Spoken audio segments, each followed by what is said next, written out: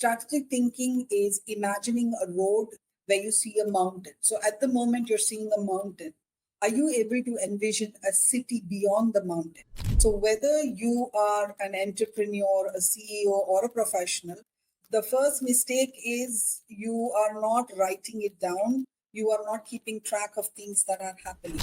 So would we not need professors? Maybe it could happen, but you have a lot of new roles that are going to come up, like AI instructors, AI prompt engineers, cybersecurity professionals. Welcome back to another podcast by Vibrant Publishers. Today, we're thrilled to have with us Dr. Mythili Kolluru, a national level award winning women educator and scholar in strategic management. She is an assistant professor at the College of Banking and Financial Studies in Muscat and a member of Knowledge Oman. Thank you for joining, ma'am. Thank you so much. It's a pleasure to be on your podcast. Right. So, without further ado, I'd like to ask you what strategic thinking is because it sounds very complex. So, can you try and break it down for us? And how is it different from just regular planning? Okay, so many questions in one question. I'll try to be brief so that we can keep the listeners engaged. Generally, there is a perception that strategy is very complex and it's mostly related to leadership. So the general perception is, oh no, strategy is something very top level, something like rocket science, and it's very complex. That could be because when we talk about strategic thinking, we are doing many aspects, or there are many parameters that are involved simultaneously in the decision-making process to strategic thinking. So that makes it complex. And when we talk about what is planning, planning is when you know you're going from point A to point B. You already decided point A, you are at point A, you are at a certain situation in your life or your company is at a certain path and you want to take another path and then you just want to go from point A to point B. So you're going to plan. You're going to decide on how long it's going to take, what resources you will use, or how are you going to go about it. But strategizing or strategic thinking is actually deciding on A and B. It's preceding the planning. So in strategic thinking, you're actually deciding what is point A, where are you right now? A proper analysis of the current situation is very important. And what is the B? Is it B, is it C, or is it Z that you really want to reach? So there's a lot of difference between strategic thinking or strategic planning and planning per se. So both are involved, but it's not the same. There's a different level. So if you really want to break down strategic thinking as to what it is, I would say strategic thinking is about a foresight. The first aspect of strategic thinking would be your ability to think into the future. Not tomorrow, not day after, but like where do you see yourself 10 years from now? So for that, you really got to sit down and you need to think, let your thoughts flow. So it's all about thinking into the future. It's all about understanding the situation, the trends that are happening in the market. It's about exploring. So a strategist would be somebody who is engaging in strategic thinking would be an explorer who is willing not to restrict themselves to, I want to go to B and C only, but I'm willing to explore. Is there a Z? Is there another option for me? And also somebody who is not caught down by box thinking. Box thinking means somebody who is restricted to a certain type of thinking and who believes that this is the only way to do a particular task or the only way to become successful in life or the only way to grow. So you have to be somebody who is willing to question assumptions, question the silos that's already fixed in society or in the business more. We must be able to break those and think beyond. So in my opinion, if you want to break down strategic thinking, it would be these three aspects. long-term thinking, exploration, questioning assumptions. Great. That's a fantastic breakdown.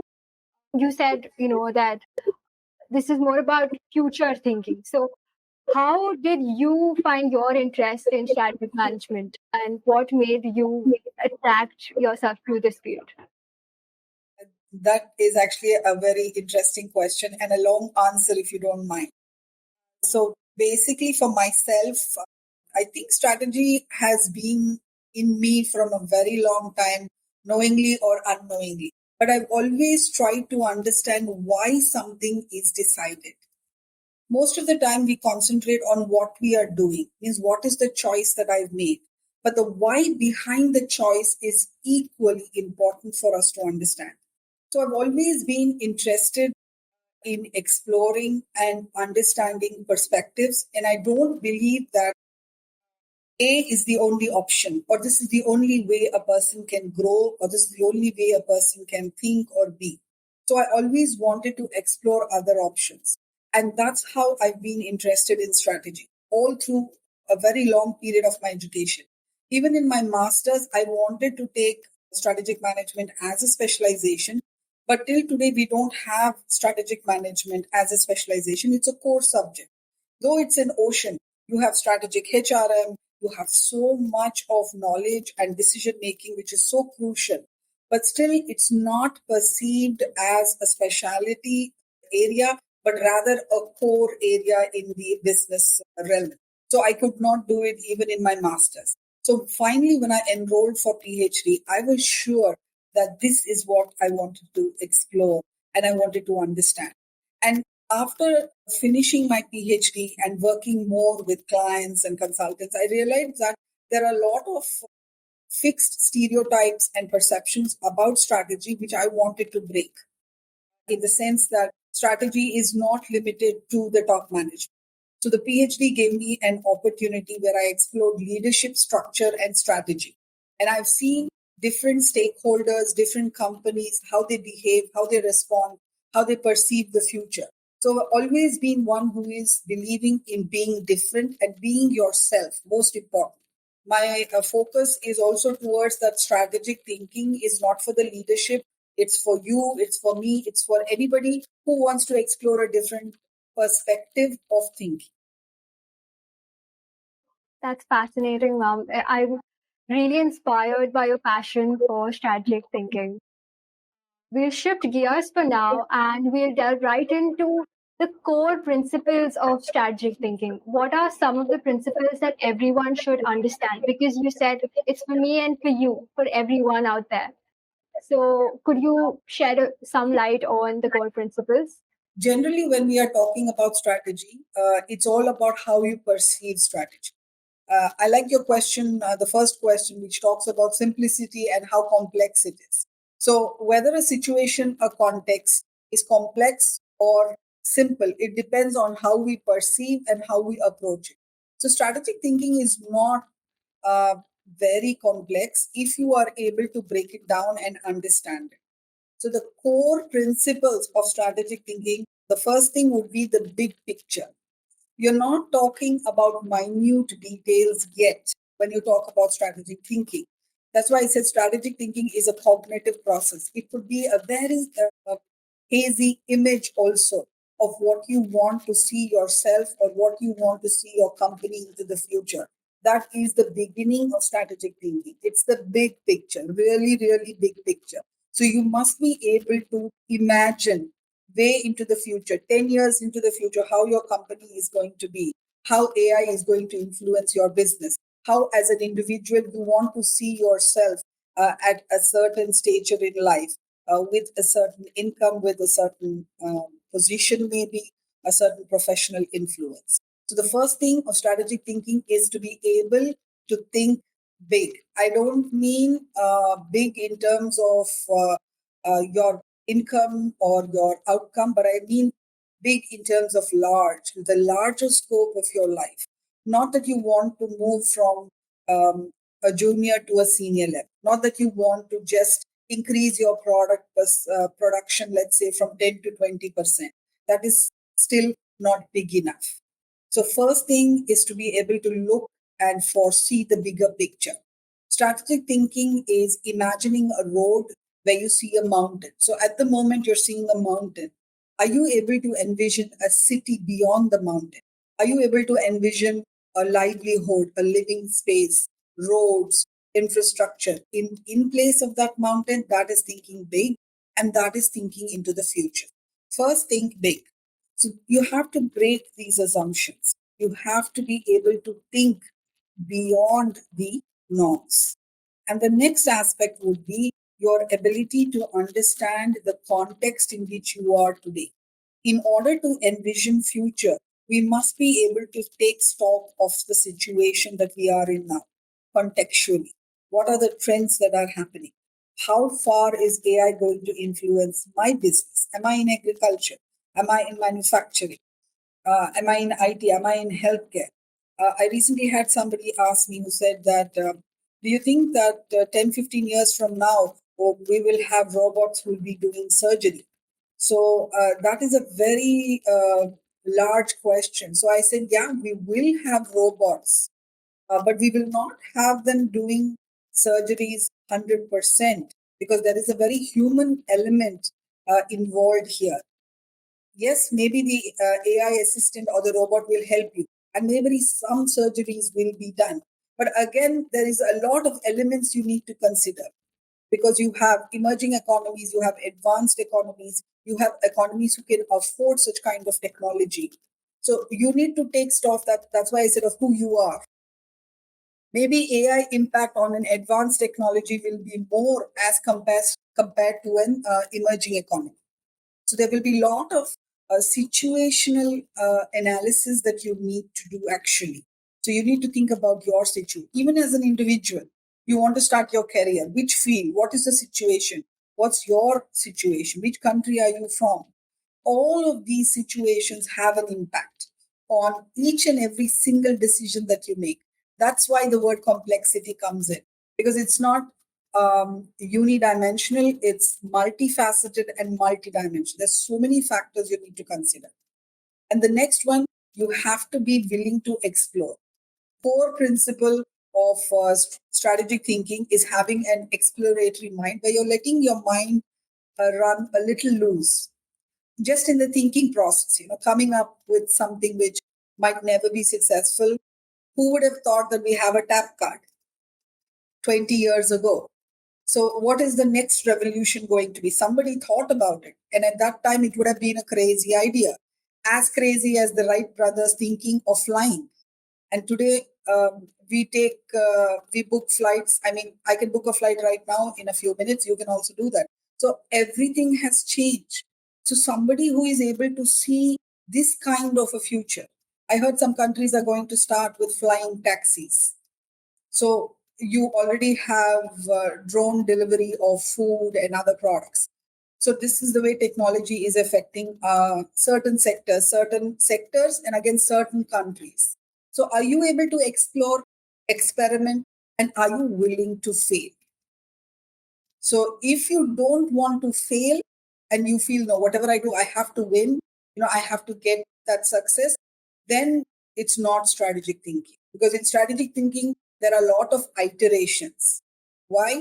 Because no matter how much I plan, I decide, once I step into the market and once it's reality, there will be so many other challenges which I did not anticipate, which maybe even Chat GPT, my best friend today, cannot even tell me. And it's become a part and parcel of everybody's family. I think Chat GPT, you have a doubt, okay, let me ask, what's happening. It's much more comfortable. So why not? Let's accept it. Let's not shy away and let's not look at it as a taboo that, oh no, I'm using Chat GPT. No, everybody is using it. So it is a reality we accept. We tell our students, use Chat GPT, but don't do cut, copy, paste. Don't do that because we find out, we know. So you have to use technology. You have to leverage it. So it's all about having an exploratory perspective. Right. I relate to the chat GPT idea completely because there is a thin line between plagiarism and between getting an idea and constructing a plan out of the AI. So using AI as a friend rather than making it your whole work or your whole world. Yeah, especially like you said, making it your friend, and asking some ideas. Maybe, okay, do you think this is a good idea, or can you give me a suggestion? So Right. as long, like I said in the beginning, as long as it's ethical and it's moral, because everybody who is using Chat GPT needs to know that there are tools to detect it. It's 20%, 15% we are accepted as journals. Very good journals go down to 10% and 5%, but otherwise it's around 15 to 20% is an acceptable level of similarity or AI usage also. But when sometimes we come across 80 and 90%, it's a cut, copy, paste. So that's that challenge, I think, especially students and youngsters or anybody who is working, like now writers, everybody has a challenge with AI coming up. I don't think it is going to be 100% replacement for human beings, because we are too unique. The What we bring to the table as human beings is so unique and so different. We might be the same, but yet my perspective is totally different from your perspective, given the same education, given the same certain criteria also. So we should not feel threatened, but we should use it as an enabler. Of course, there will be challenges and there will be disruptions, but then that's part of the revolution, as it has been seen in history also. So we never had internet, but when we started having internet, everybody is using it. And before laptops came about, everything was manual. And then a lot of jobs were replaced, and everybody is working on the laptop. Now, I think if one day your laptop is not going to work, you will feel lost, I think totally lost and confused. So that's what happens. So you have to explore ways to use technology or any change that is happening in the world. Got it. You mentioned that strategic thinking is very multifaceted. So, in that case, what happens is when you are in that zone of so many different ways, there could be a possibility of mistakes happening. So, could you give us some tips on how a person could avoid those mistakes, and how can you go ahead and be successful with that idea that you have? Okay. When we talk about strategic thinking, one way is that you have to maintain a journal. You have to maintain a strategy journal. And like I said initially, strategic thinking is a cognitive process. It's a process of thinking, it's a kind of way you think. So it's quite abstract in the beginning. It doesn't have a real shape. You cannot write it down as a sentence. It might come to you as a word. It might be just an idea. So whether you are an entrepreneur, a CEO, or a professional, uh, the first mistake is you are not writing it down. You are not keeping track of things that are happening. So by maintaining a journal, you will start developing that idea. And the second thing is, it's not something that you do once in a year, especially for solopreneurs and small scale business industry people or professionals, because the larger the company, they have a strategy department, they have a chief strategy officer, and they have a different approach. But when you are a startup or when you are young, you cannot invest maybe in hiring such people, and you don't believe in. So it would be necessary that you maintain some consistency in thinking strategically. You need to devote time to it, because generally people think, oh, what is strategic thing? How can I just sit down and stop everything and think of a new idea? No, you have to put that effort. So first, you need to have a diary, some kind of accountability. Second, you need to have consistent performance. You need to keep doing it again and again. And a third thing would be not to do it alone. You could have strategic dialogues with colleagues, with friends, with people who are like minded. And even in your teams, you can throw the idea to the team and all of you can think on the idea. Group work, teamwork helps a lot, because it's all idea churning, it's all iterations of the idea, so that the idea doesn't just remain an idea and it gets translated into reality, into profitability for the company. So these are the general mistakes. And the third thing is the buy in. I feel that there is no buy in for strategic thinking. You believe it's only for top management. So you first need to have a buy in of yourself. You need to believe in it. You need to get your team to believe in it. So that you can start engaging in this process of just sitting down, talking about an idea, no matter how vivid it is or how abstract it is or not clear it is, it's okay. It's an idea. It will slowly build. And then when you have that strategy book with you, or journal or diary, whatever you want to call it, you can start adding to it and you can engage people and then you build the process. It could be done individually. You could also have a strategy buddy, that means somebody who you could be accountable for. So, as a strategy consultant or a coach, we act like a strategic buddy also. Somebody who's going to ask, did you, lock that period of time where you want to just think, like you're going for a movie, like you do something? It is also an act. So, you believe that, you will do it when the crisis arises. Okay, there is a slump in the market, or there is some problem with the product. Then you sit down and say, let's strategize. So, that is crisis handling. So strategizing is more exploratory and needs to be done on a regular basis, not every day, but you need to find your own unique approach towards it. Great. I'd like to summarize this by saying it's more about act, believe. So A for accountability, C for consistency, E for teamwork, and then believe in yourself. That's great. Yeah, it's good. So, apart from that, you also spoke that, sometimes we do have a great idea. We tend to get stuck in a rut. So, the idea of consistency coming in picture. But life is all about unexpected challenges. So, then how can someone adapt to those challenges? Because you also spoke of AI and how it becomes a technical field where you don't know what is going to happen next. So, how does strategic thinking come in that picture? Okay.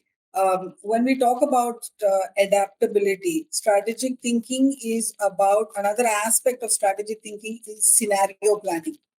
So, in scenario planning, what we do when you think strategically is you think of a situation and you build around that situation. If this happens, what if scenario? So, it's called a what if scenario. What if we don't get customers? What if AI is going to replace us? Or what if this challenge happens? What if there is a recession? What if the economy doesn't pick up? What if there is competition? So you actually do a lot of scenario planning in eventuality of this to happen. What would I do? How would I plan? What would my staff be for a company? But when you talk about strategy thinking for an individual, you could also go in for developing a more growth mindset. So it's all about perception. It's all about how you look at what happens to you in life. If you perceive changes as a threat, you're in for trouble, because we are in the 21st century and change is happening quite frequently. And it is happening at a social level, at a cultural level, economic level, and technological level. And lately, we are having a lot of people losing a lot of jobs. So, which is going to affect individuals, families, economies, your spending. So, you must be ready to face different situations. When will you be ready? When you're not having a fixed mindset. So, today's strategic thinking is also about one very important word, which is called agility, being agile in thought. That doesn't mean that you don't have a plan. You have a plan, but always keep it in your mind that things might change. So when they do, it doesn't hit you so hard. You're not shaken up, you're not shattered. So don't be surprised if you're going to lose your job tomorrow, because it might just happen. The economic situation across the globe is like that, whether it's US, whether it's Europe, whether it's Middle East or India. Yes, it's good. There is growth happening. So that's the positive side. Look at that side. So prepare for eventualities in your mindset and in your planning. It's a highly competitive environment that we are in, no matter what sector you are. Even if you are a businessman, I mean, you have your own set of challenges. So it's not about having, not that you're very rich or you're a solopreneur or just a professional or any area that you are. So strategic thinking today has become quite agile. Generally, when we strategize for companies, we go for planning for 20 years, 40 years, 10 years, 5 years. It depends. And in all these periods, then you can think that, okay, how can you plan for 40 years? You don't know what's going to happen in 5 years. You really plan for the big picture. Like, for example, the biggest challenge the world faces today is climate change. Now, climate change is going to affect us in a very, very big way. So, how are we going to prepare for it? Are we even willing to accept it's a reality? So, all these challenges need to be kept in mind when you are planning for the future. Today, farmers are using AI to understand the climate better so they can do seeding, so they can understand the harvest season better.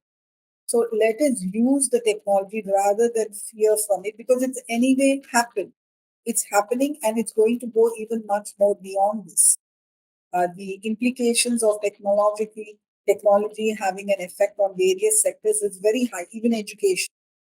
So would we not need professors? Maybe it could happen, but you have a lot of new roles that are going to come up, like AI instructors, AI prompt engineers, cybersecurity professionals. So there is a lot of change that is happening. And when we talk about strategic planning or strategic decision making, agility is a key factor. You have to plan such that a change could happen and you have an opportunity to explore that change rather than be fixed in your approach and thinking. Yeah, thank you for sharing all of your insights, ma'am. It was a pleasure. And this has been an absolute wealth of knowledge that I have gained personally. And to all our listeners, stay tuned for more thought provoking episodes. Until next time, think strategically. Thank you so much.